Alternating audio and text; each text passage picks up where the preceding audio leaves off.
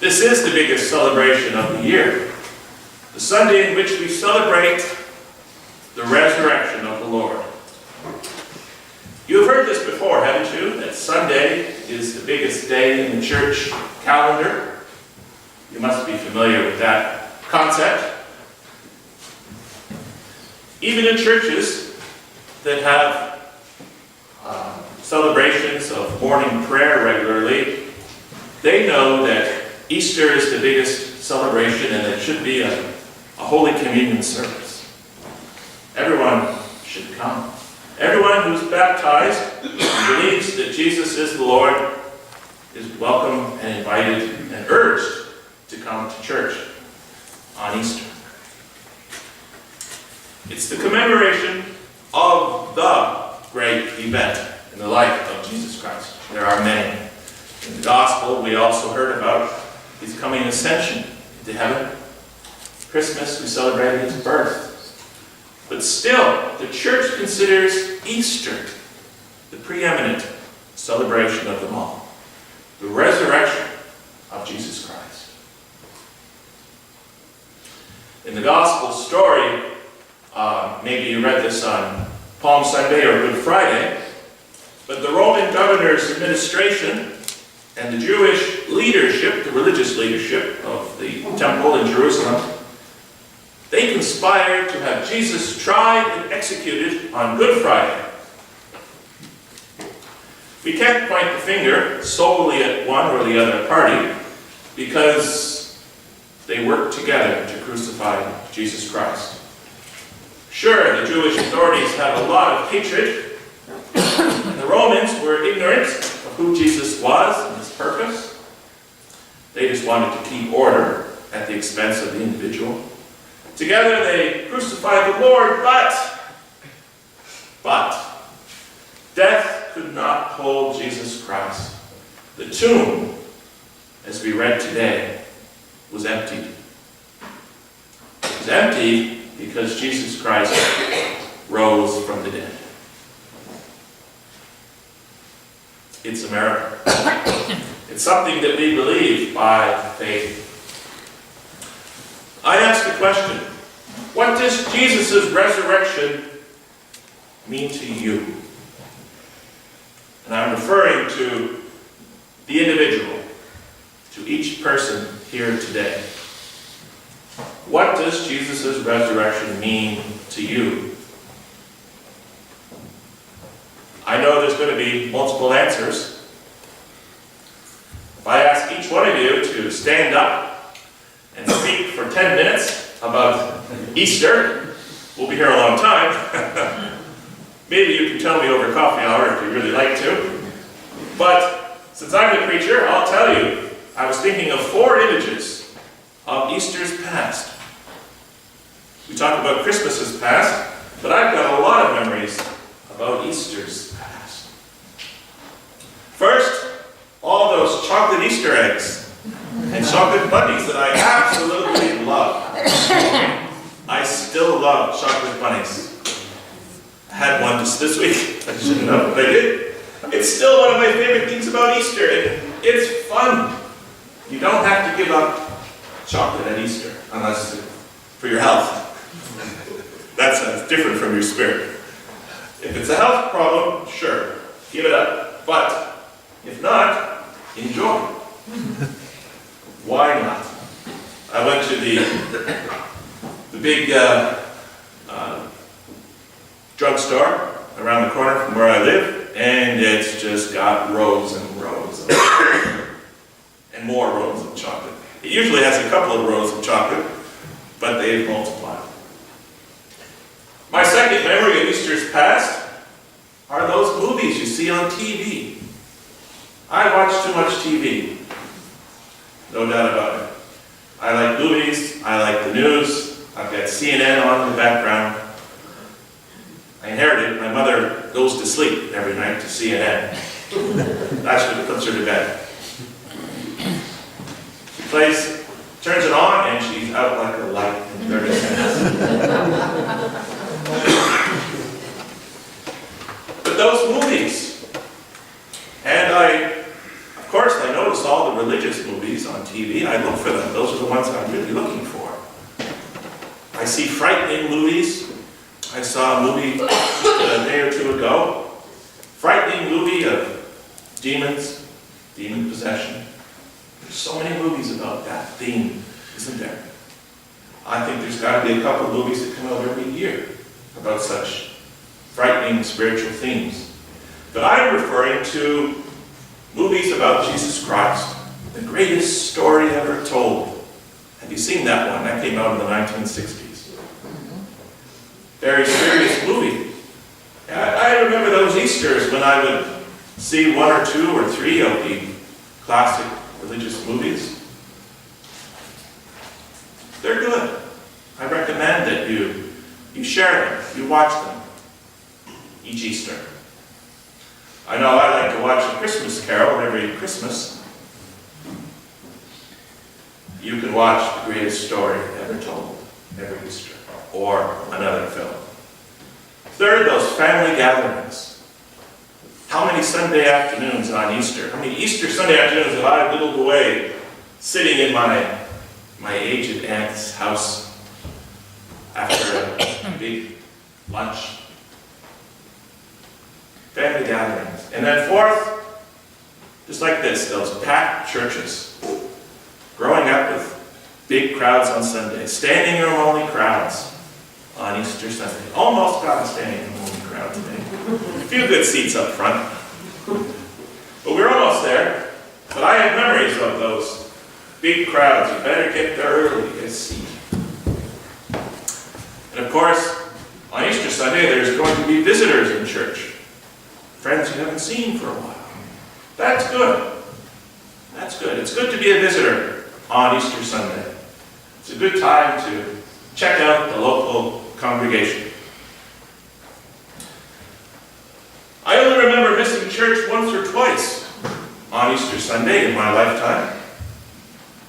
I may have done it more, but I only remember once or twice.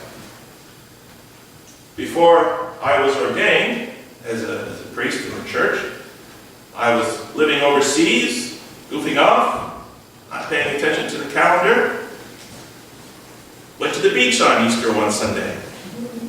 I was in the car, headed for the beach, and I looked down and I said, I know what today is. It's Easter Sunday. How about that? How did I miss that? Another time, in recent years, I was traveling overseas, and I felt kind of down on Easter weekend. Didn't feel like going off to somebody else's church congregation, strangers, and trying to mingle and worship the Lord. So I've been there, I've goofed off, I've just felt down, I missed Easter Sunday a couple of times. There are many reasons why people aren't in church. I know that there are people connected with this congregation who aren't here today. We still have a few more names on the list who are missing. One of the reasons is, as I said, people don't always have feelings for the congregation, the local congregation. They don't always feel a part of it. It's a challenge that on a day like this, a great holiday, to remind people that they're welcome to come and join the congregation. You're welcome to come on other Sundays and worship the Lord. You see, every Sunday is based on Easter. Every Sunday is a celebration of the resurrection of the Lord. Every Sunday is a miniature Easter, isn't it? You know that the Old Testament Jews were required to keep holy the Sabbath. It's one of the 10 Commandments. What does it mean to keep holy the Sabbath? Well, on the seventh day they rested. They were required to rest. They weren't permitted to work. 6 days they labored, and on the seventh day they rested. God created the world in 6 days, and on the seventh day He rested. And whenever I read about this, psychologically speaking, people need a day off. They need a break. It's a great day to spend with your family, your friends. Hang out, have your date night. You couples, you husbands and wives who've been married for decades, you need a date night once a week. I know that's going to sound trendy and popular, kind of a pop psychology thing to say, but you do need a date night, and why not do it on Sunday? I think the Lord would approve. The Lord would approve. You've got church in the morning, family lunch in the afternoon, or family supper, and date night with your sweetheart. The Jews were required to have a seventh day off. Well, we Christians have borrowed the concept of the Sabbath. Sunday is our Sabbath, but there's a little bit of a difference, actually a big difference. It's not just the seventh day rest, it's a commemoration of the resurrection. Every Sunday is a commemoration of the resurrection. I lived for many years in a certain country in the Far East called South Korea, and I talk a lot about it. I guess it was a very formative experience to spend 10 solid years there, and a couple of years going back and forth, and they have a tradition. They have a tradition of Friday night vigils. If you went back, say, one generation, you would find every church had a Friday night vigil. Maybe 9 o'clock to 10 o'clock, 8 to 9, or some such hour. Why? Because they went one step further and said every Friday is Good Friday, in a small sense.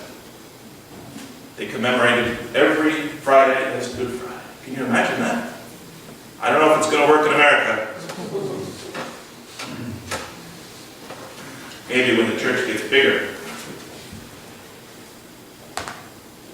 But for us, every Sunday is a commemoration of the resurrection of Jesus Christ. I have a little bit more time because this is Easter and I don't want you to feel cheated because you didn't get your money's worth. Easter, I have to say a couple of more things. What did Christ do for us at his resurrection? And how will we be changed at our resurrection? These are the two meanings of Easter Sunday from a churchy perspective. First, and I'm only going to summarize this because I'm only going to touch the surface. I know that this is something we could talk about all year long because, as I say, every Sunday is a little Easter. What did Christ do for us at his resurrection? Well, he won for us victory over death. We do not have to die. Now, our bodies die, of course. That's a medical fact. But Jesus Christ opened up the kingdom of heaven through his resurrection so that we, the believers, can go in. Jesus Christ was crucified, no doubt about it. That's a historical fact. It happened on that Good Friday a long time ago. And for 3 days, he went down to the world of the dead. As Peter says in his letter, he preached to people in prison, spiritual prison. I'm sure that he preached to the Jews who were down in the world of the dead. Many believed. Many were waiting for the Messiah to come. And then they saw him preaching. It's a bit mysterious. I'll leave it there. But when Christ rose from the dead, he had a new body. Like an angel body. You can only use a metaphor. It was a bit like having an angel's body. And so I skip ahead. How will we be changed at our resurrection? This is a very exciting topic, full of good news. I like this topic. When we finish our life in this world, when we die in this world, we, Christ's people, will also be resurrected. This is very, very